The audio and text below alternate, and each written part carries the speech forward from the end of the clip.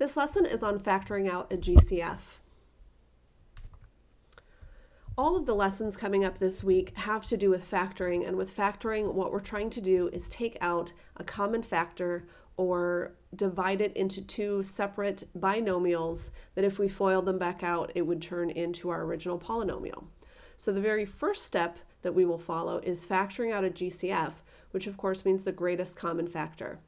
So when we do that, we will look at all of the terms of our polynomial, no matter how many terms there are, 2, 3, 4, etc.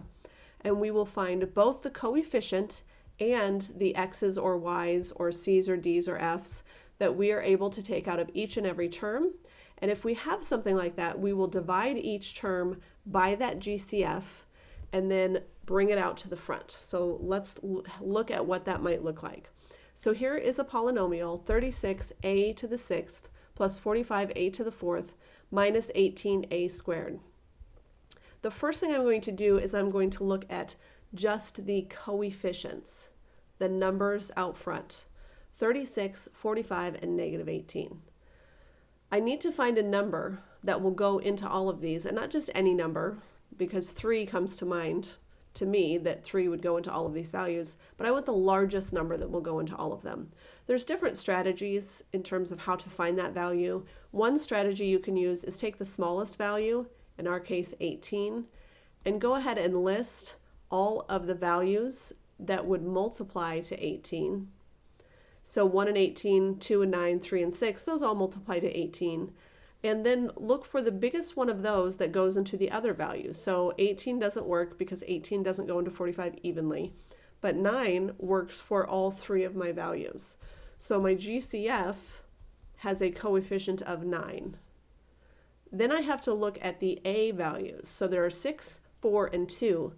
When it comes to variables, you're looking for the most that you could take out of all of the terms. So it looks like a 2 would be the most that I could take out of everything, because if I chose a larger number like 4, then I would end up with a's as a denominator, and I don't want that. So 9a squared is my GCF. So once I've found my GCF, now I'm going to divide every term on the inside by the GCF. Now, very important to remember that we're not going to just get rid of this 9a squared. So when I write my solution, I'm going to remember to write 9a squared out front, and then I'm going to write whatever I have left after dividing these values by 9a squared. So 36 divided by 9 is 4, and 6 minus 2 is 4, so a to the 4th. Remember, I'm dividing numbers, I'm subtracting exponents, assuming they have the same base.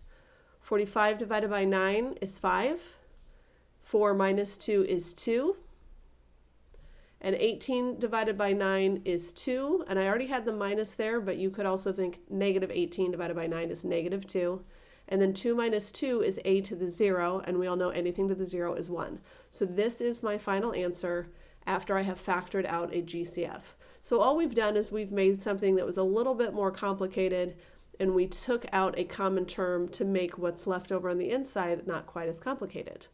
Now, why we do that will come into play later this week. Let's try another. I've got 12c squared d cubed, 30c cubed d squared, and 3cd. In terms of numbers, I've got my 12, my minus 30, and my minus 3. The only number that's going to go into all of those is going to be 3, and I'm going to use a positive 3 because I always want my first term to be positive. So if there was a negative in front of this one, I might take out a negative, but I'm going to take a GCF that has a coefficient of 3, and now I'm going to look at my variables. 2, 3, and 1 c's, so the most I could take out of everything is 1, and 3, 2, and 1 d's, and the most I could take out of everything is 1. So my GCF is 3cd. Remember, when I write my solution, I'm not going to forget to put my 3cd out front, and now I'm going to divide all of these by 3cd. It's up to you as you get better at this whether or not you actually write the 3cd underneath each term or just do the division in your head. 12 divided by 3 is 4, and then 2 minus 1 is c to the first, 3 minus 1 is d to the second. Negative 30 divided by 3 is negative 10. 3 minus 1 is 2, and 2 minus 1 is d to the first.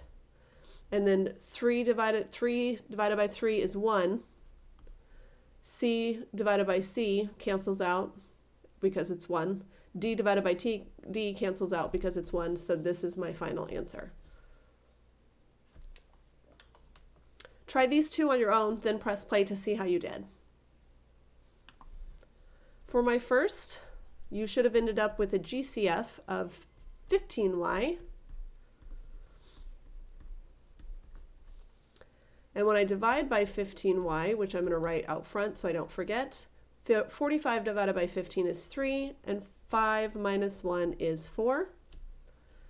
15 divided by 15 is 1. I'm not going to write that yet because we don't always need to write a 1 if it's a number in front of a variable, a coefficient. 2 minus 1 is y to the first, so I'm just going to write y. If you wrote 1y, it's still correct. And then 30 divided by 15 is 2, and y minus y is y to the 0, which means it goes away. For my second one, I should have a GCF of, you might have gotten a little confused on this one because the coefficient is actually 1. There's no number that goes into all of these numbers. However, I can take 2 A's and 2 B's out of everything.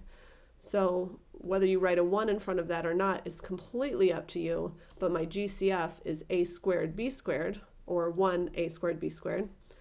And that leaves me with 15b to the third plus 12ab plus 4a.